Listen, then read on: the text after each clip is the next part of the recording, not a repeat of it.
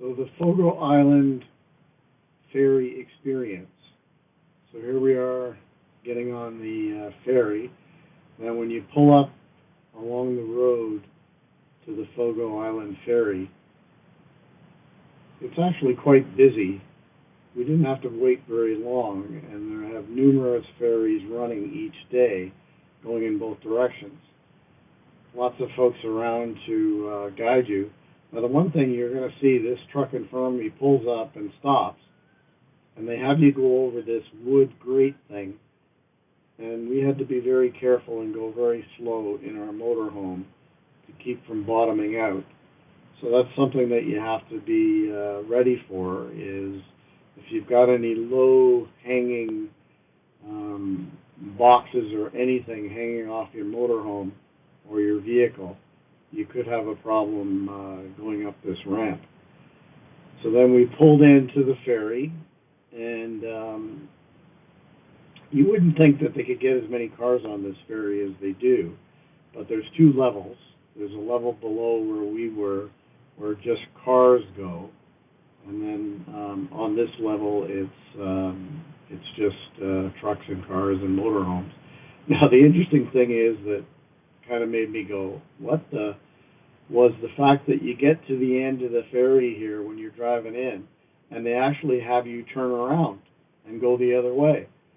And I'm thinking to myself, if you're driving a Class A or towing a toad, you are not going to be able to do this, for sure.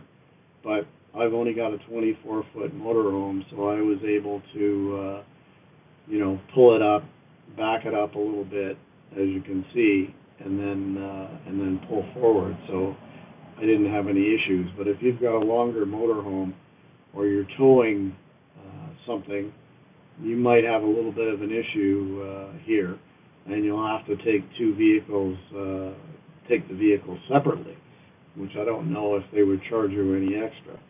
Now the cost was not very much at all. It was $30, and that includes a return ferry, and you are able to just stay in your vehicle if you want to, or you can go up onto the higher decks, and they have a little cafe and a bunch of chairs, and you can watch as the ferry heads over to Fogo. Now the other interesting thing is that this ferry doesn't go very quick.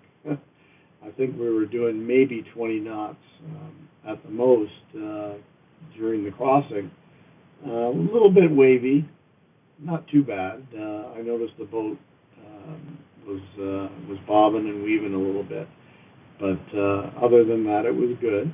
And we didn't have to get anything special for our pet. Our little dog Sadie was able to go upstairs with us and walk around and do whatever we needed to do. There's nothing on board for your dog if they had to go to the bathroom or whatever the case may be. Now, we were only on the boat.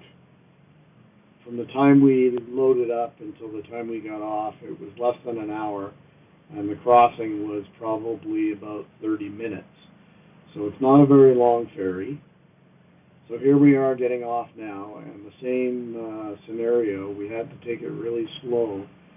When we were down the bottom here, you can see they've got the same wood,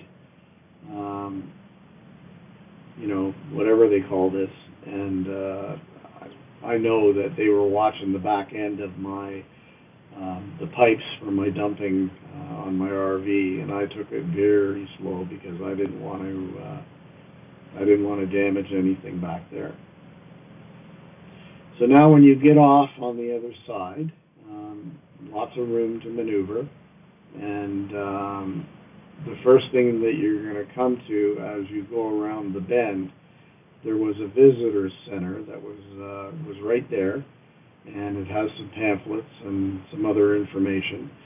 I didn't find the person in the visitor center to be very knowledgeable, but there was a bathroom there and other pamphlets and information that was valuable. Now, when you get off here, you think to yourself, well, I'm in Fogo, but in reality, you're actually not. Fogo, the little town of Fogo is about 25 kilometers drive from where you get off the ferry. And then you also have, in Fogo Island, you have Robert Bat's Arm. There's a place called Seldom and a place called Tilting. So there's lots of communities. From what I gather, there's 11 communities on the island. There's everything you could need here. There was a food mart, and there's gas stations and cafes and all kinds of other things if you need gas or food or supplies. Now, the roads are really good. There was a few potholes here and there, but not too bad at all.